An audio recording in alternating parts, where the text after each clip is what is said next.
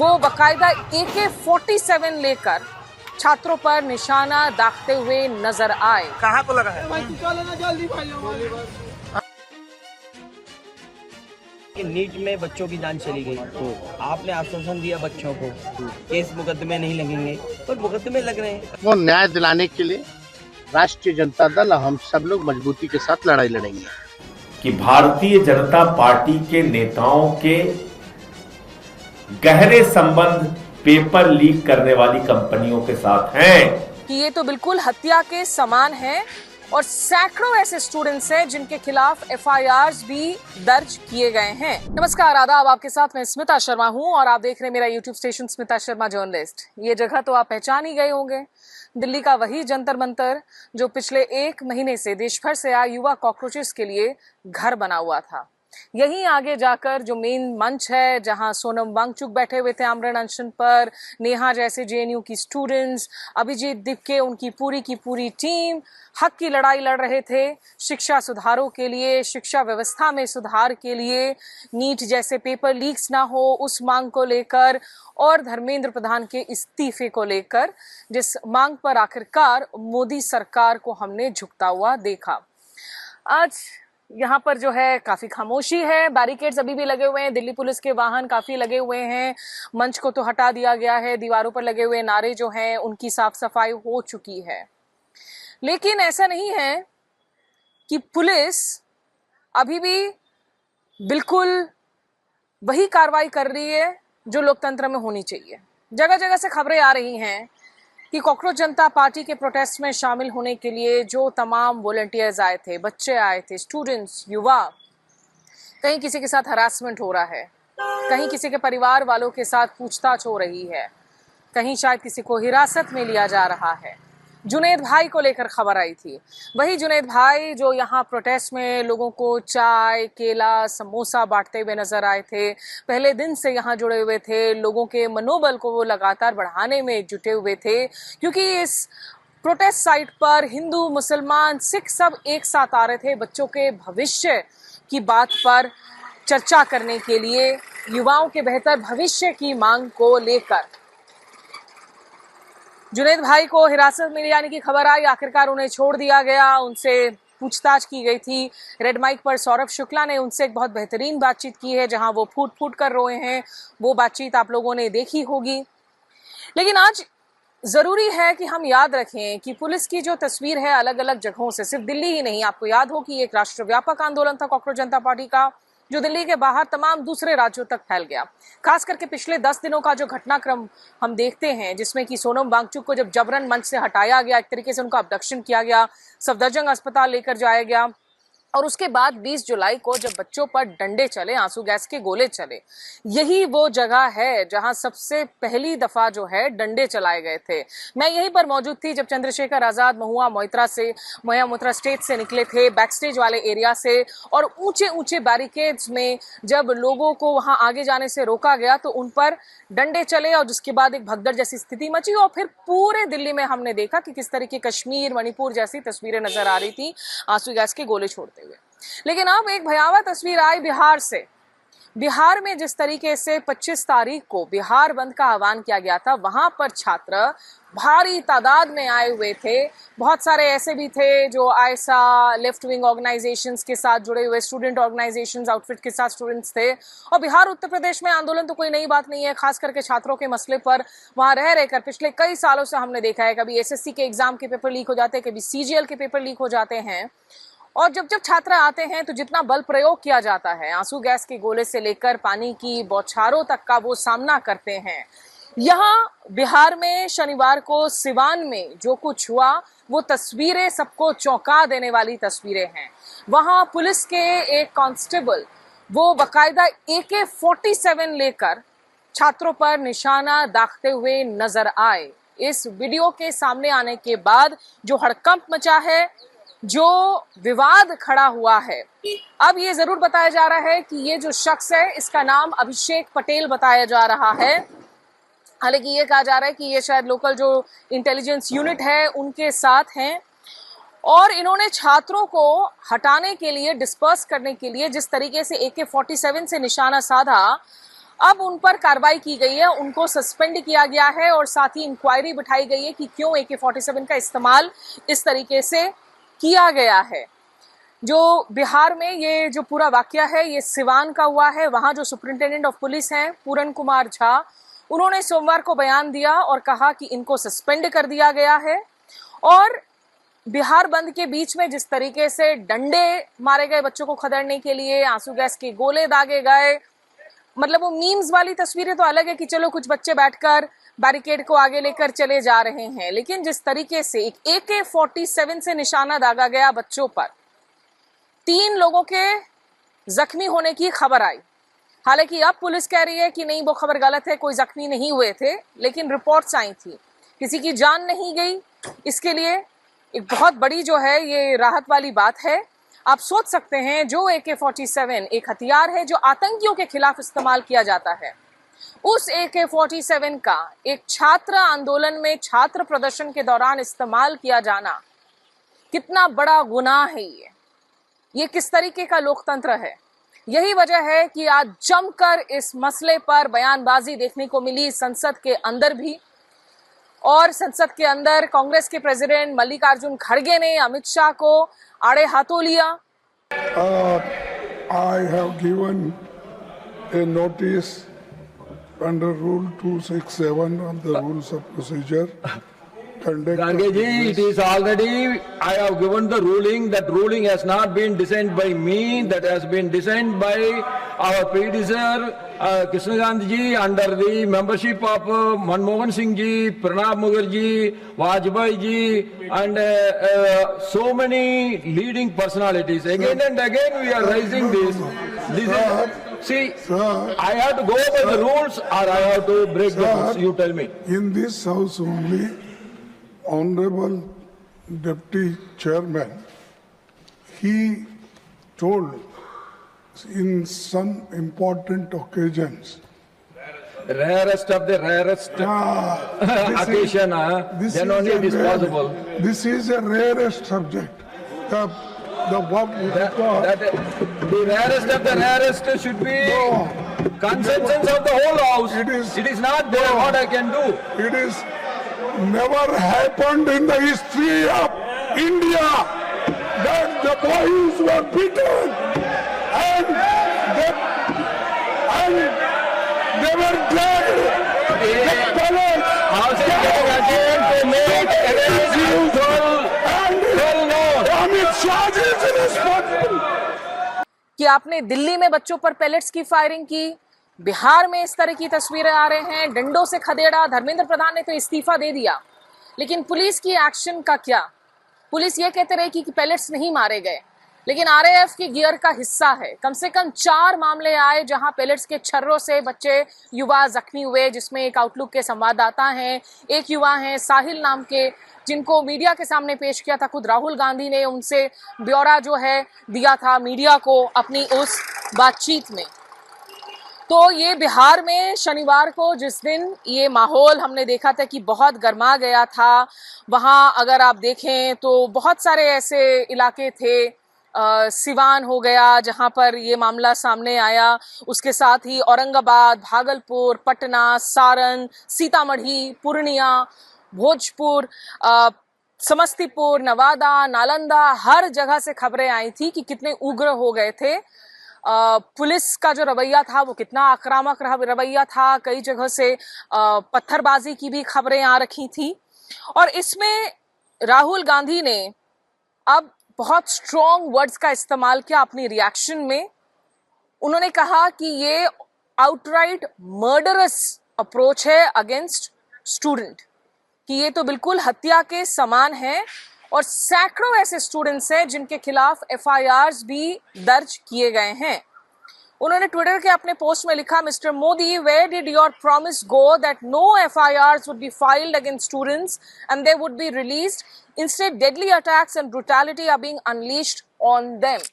याद हो कि सोनम वांगचुक का जब अनशन टूटा गुरुग्राम के मेदांता अस्पताल में, जहां सफदरजंग से उनको बाद में शिफ्ट करवाया था गीतांजलि आंगमो उनकी पत्नी ने कोर्ट के ऑर्डर्स के आधार पर, और डॉक्टर जितेंद्र सिंह और जेपी नड्डा जो निगोशिएटर बने हुए थे सरकार की तरफ से, जो कॉकरोच जनता पार्टी के आशुतोष रांका, सौरभ दास से भी मिल रहे थे, अस्पताल में सोनम वांगचुक से मिल रहे थे। अनशन टूटते वक्त सोनम वांगचुक ने यही कहा था कि हमें आश्वासन दी गई है कि कोई और बर्बर कार्रवाई नहीं की जाएगी छात्रों पर और कोई FIR लॉन्च नहीं होगा जो बच्चे आंदोलन में शामिल हुए हैं। लेकिन ऐसा नहीं हुआ। ऐसी खबरें आ रही हैं लगातार। सम्राट चौधरी जो कि बीजेपी के मुख्यमंत्री हैं, उन पर तेजस्वी यादव ने भी बहुत जबरदस्त निशाना साधा है। संसद में अखिलेश यादव हो, विपक्ष के दूसरे नेता हो, आम आदमी पार्टी के संजय सिंह हो, तमाम लगातार सवाल खड़े कर रहे हैं। आइए आपको सुनाते हैं कुछ विपक्षी दलों के बयानों को। पहले जो जेल में भेज दिया गया, हमने पहले कल भी आते हमने ये बात कही है कि अगर आज शाम तक देर रात तक अगर उन छात्रों को नहीं छोड़ा जाए, अगर उन पर वो मुकदमा वापस नहीं लेती है सरकार, तो बिहार की धरती क्रांति की धरती है, बदलाव की धरती है।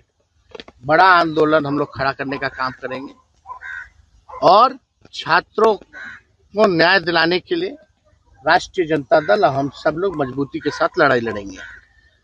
और ये सरकार से निवेदन नहीं है फिर बाद में सम्राट चौधरी और इनकी नौटंकी सरकार, ड्रामेबाज सरकार ये ना कहे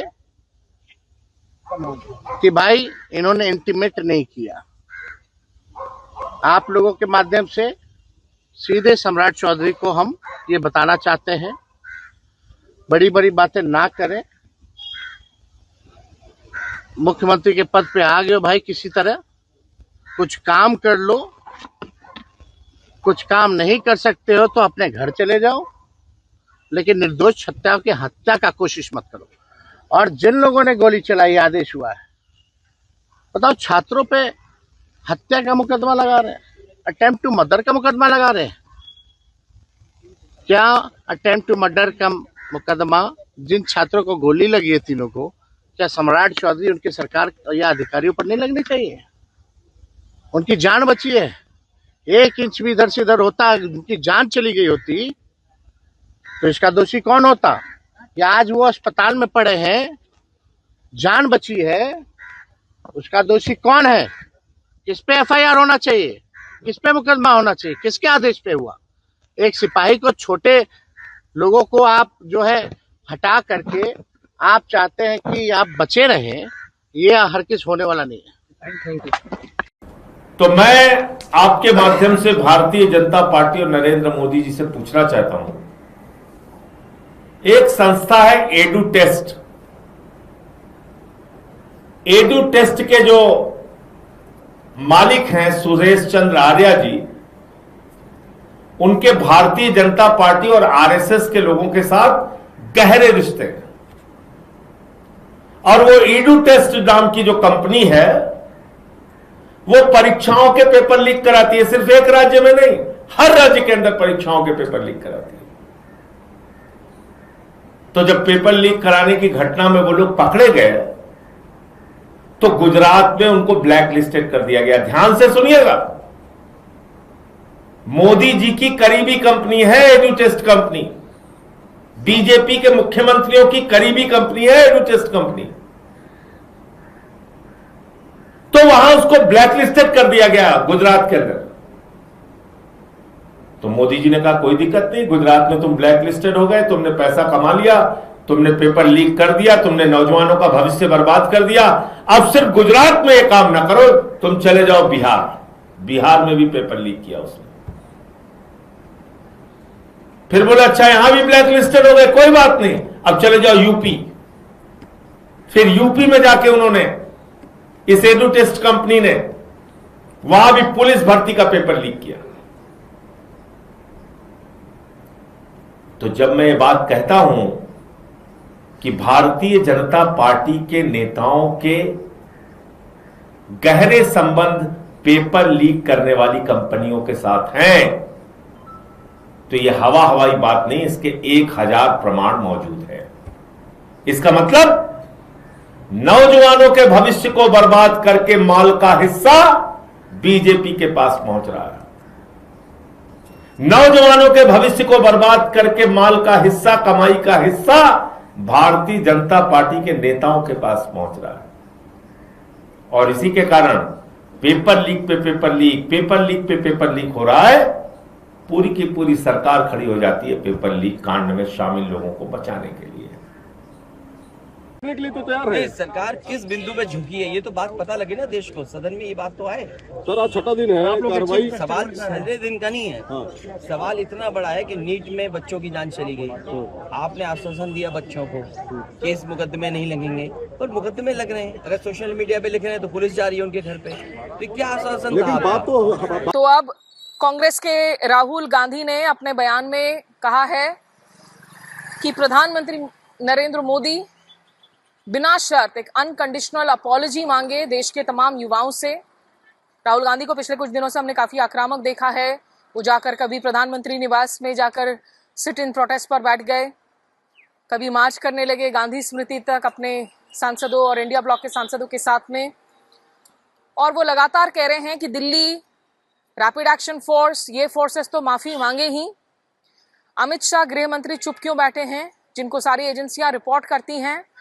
और प्रधानमंत्री नरेंद्र मोदी जी, जो आप पिछले कुछ दिनों से वर्टिकल फॉर्मेट के वीडियो बना कर डाल रहे हैं जेनजी के साथ कनेक्ट करने की उम्मीद में, शॉर्ट्स और रील्स बना रहे हैं जो प्रॉम्प्टर से लंबे लंबे भाषण पढ़कर देश को संबोधित करते हैं, कि आखिर वो माफी क्यों नहीं मांग रहे हैं छात्रों से। आप एक बार फिर से सोचिए कि छात्रों पर AK-47 दागा जाना, जो आतंकियों के खिलाफ इस्तेमाल होता है, ये एक कितना बड़ा गुनाह है एक लोकतंत्र में, और लोकतांत्रिक प्रणालियों का किस तरीके से जो है ये धज्जियां उड़ाने वाला एक कदम है।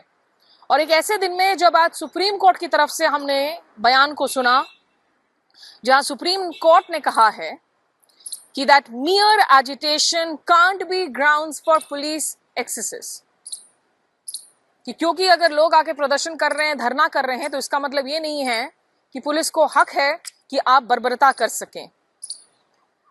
और उन्होंने आज सर्वोच्च न्यायालय ने भी पुलिस फोर्सेस को कहा, अर्ज किया to use self evolved discipline in times of protest, कि आप अपने तकनीक पर काम कीजिए, आप सेल्फ इवॉल्व्ड डिसिप्लिन का इस्तेमाल कीजिए। जरूरी बात है कि जिस बेंच में ये तमाम टिप्पणियां की हैं, जिसमें खुद CJI भी शामिल हैं, जिन CJI की कमेंट की वजह से ही सबसे पहले कॉकरोच जनता पार्टी का जन्म हुआ, और उसके बाद पूरा का पूरा जो राजनीतिक घटनाक्रम है वो आप देख ही सकते हैं। उन्होंने यही कहा कि संविधान में नागरिकों के पास अधिकार है कि वो आंदोलन कर सके, वो प्रदर्शन कर सके, वो शांतिपूर्ण प्रदर्शन कर सके।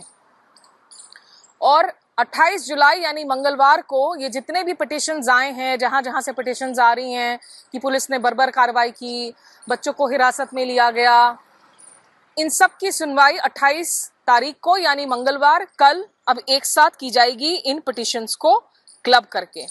बहुत इंपॉर्टेंट कोर्ट है CJI का। Right to peaceful protest is absolutely guaranteed, that can not be denied. शांतिपूर्ण आंदोलन हर नागरिक का अधिकार है संविधान में, आप इससे इनकार नहीं कर सकते हैं। Merely because there is agitation cannot justify police excess. Just because there is an agitation does not mean that there should be lathi charge. Self-evolved discipline is needed, which is essential to democratic process. और उन्होंने ये भी कहा कि protocol बनाई जाए agitations को संभालने को लेकर, सिर्फ दिल्ली पुलिस ही नहीं बल्कि देश भर की तमाम पुलिस के लिए, क्योंकि याद हो कि जहां तक पुलिस का सवाल है, पुलिस राज्य सरकारों के अंडर आती हैं। और इसको लेकर इनफैक्ट अनस तनवीर लॉयर हैं, उन्होंने ट्विटर पर सवाल भी पूछा कि कॉकरोच जनता पार्टी जो ये आश्वासन दे रही है कि हम लीगल मदद दे रहे हैं, कानूनी मदद दे रहे हैं देश भर से जिन बच्चों के खिलाफ कोई कार्रवाई होती हुई नजर आ रही है, कि आपको जो आश्वासन दिया गया वो केंद्र की तरफ से दिल्ली पुलिस की कार्रवाई को लेकर दिया गया। राज्य भरों में जो पुलिस हैं वो तो अलग अलग राज्य सरकारों को रिपोर्ट करती हैं। पश्चिम बंगाल में इतनी ज्यादा एक्सेसेस की खबर आ रही है, जहाँ शुभेंदु अधिकारी बीजेपी के अभी मुख्यमंत्री है, कि वहां कितने बच्चों को डिटेन किया गया है।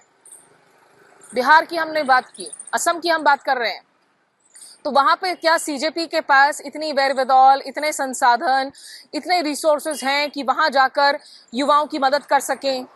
कितने कोर्ट्स में जाएंगे आप केस लड़ने के लिए? क्या इतने आपके पास में जो है पैसे, प्रावधान, साधन सब मौजूद हैं? बहरहाल कुल मिलाकर स्थिति ये है कि इन सड़कों पर शोर शराबा जब हंगामा हुआ तो हमारी डेमोक्रेसी में एक बहुत जरूरी चेक्स एंड बैलेंस की प्रक्रिया देखने को मिली। एक लंबे अरसे बाद, मोदी सरकार के 12 सालों बाद, जहां पहली दफा पब्लिक प्रेशर के तहत एक मंत्री का इस्तीफा लिया गया। हालांकि प्रधानमंत्री नरेंद्र मोदी ने अब कहा है हाई टास्क फोर्स कमेटी बनाई गई है नंदन नीलेकनी के चेयरमैनशिप में, जो एग्जामिनेशन सुधार, एग्जामिनेशन प्रोसेस को लेकर जो है तमाम बातें करेंगी। उस कमेटी में बहुत सारे लोगों को रखा गया है, पूर्व इसरो के चेयरमैन को भी रखा गया है, लेकिन उस पर भी सवाल उठ रहे हैं, कांग्रेस की तरफ से हो, पब्लिक फिगर्स की तरफ से हो, जो कह रहे हैं कि भाई ऐसी समितियां तो आपने 2 साल 3 साल पहले भी आपने उसकी घोषणा की थी, उसका किया हुआ, और ये कोई आईटी डिजिटल कमेटी तो नहीं है, नंदन नीलेकनी एजुकेशनिस्ट तो नहीं है, और सिर्फ पेपर लीक का मसला तो नहीं है, बहुत ब्रॉडर सुधारों की जरूरत है। तो ये क्या आप खाना पूर्ति कर रहे हैं, ये सवाल पूछा जा रहा है। लेकिन सड़कों में वाइब्रेंसी जब दिखती है, जब युवा आते हैं, शांतिपूर्ण आंदोलन करते हैं नागरिक, सरकारों की जवाबदेही तय होती है, वो बेहद जरूरी है। अगर हम कहते हैं कि ये भारत में दुनिया का जो सबसे पुराना लोकतंत्र है, ये मजबूत रहे, इसकी जड़ें मजबूत रहें, सड़कें सूनी हो जाएंगी, आपको तमाम एजेंसियों के जरिए, पुलिस सर्वेलांस के जरिए, पुलिस के डंडों के जरिए अगर चुप करवाया जा रहा है, तो वो लोकतंत्र सिर्फ कहने के लिए चुनावों के दौरान शायद जिंदा नजर आए, लेकिन ऐसी चुनावी प्रक्रियाएं भी हैं जिनको लेकर धांधलियों के सवाल हो रहे हैं, जिनको एसआईआर को लेकर प्रक्रिया हो रही हैं। और वैसा अगर हो कि आप सिर्फ हर चुनाव में ही जवाबदेही तय करेंगे, तो फिर वो लोकतंत्र की मौत है। मेरा इस ब्लॉग में कुछ यही सब बातें आप लोगों के साथ शेयर करनी थी। अभी मेरे साथ बस इतना ही। नमस्कार, आदाब।